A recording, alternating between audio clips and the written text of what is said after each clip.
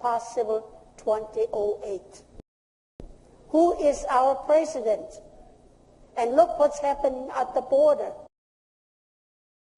I have a truck full of Mexicans, a truck full of Chinese, and a truck full of Islamic terrorists.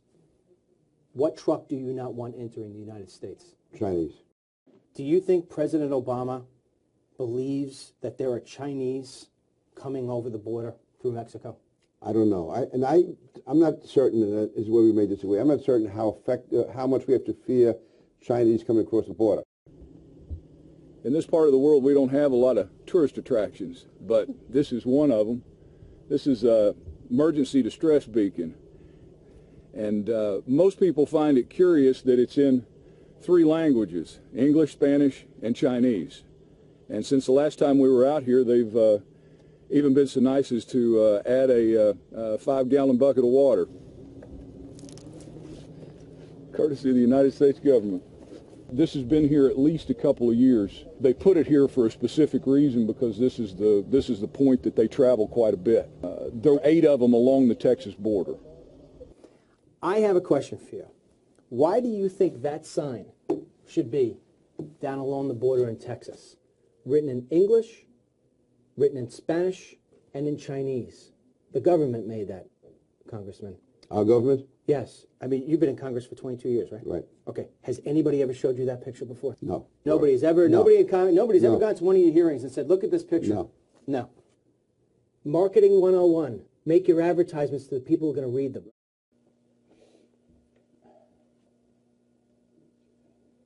We know they're coming in here. We caught a hodgepodge group back out here, 16. Had 2 Asian girls, Chinese.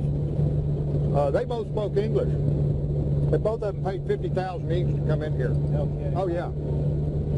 Then we had, and in that same group, we had at least 3 or 4 Indians and a couple of Pakistanis. I think there was 1 Mexican in the group. That was it. Am I wrong in saying that the president's #1 job is to keep Americans safe? Yeah, everything else is secondary to that. Clearly, it's not even, it's the main, it's almost, to me, it's the #1, 2, and 3. Everything else, no matter how important anything else is, health, education, none of that matters if we're dead.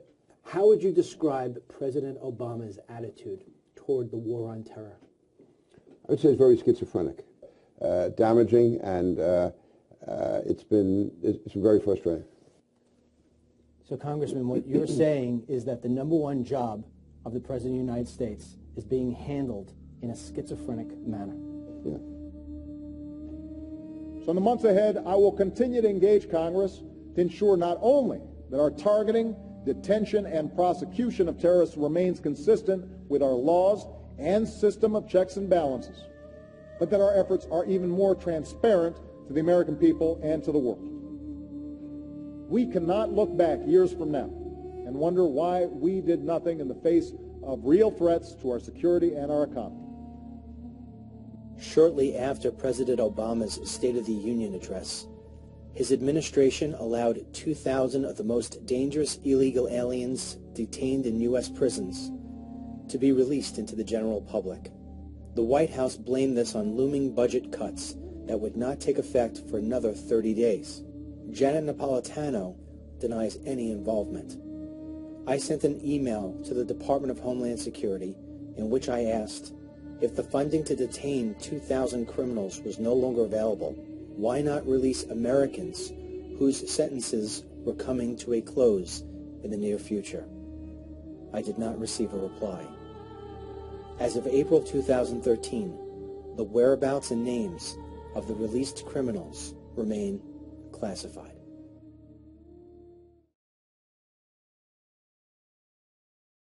When I saw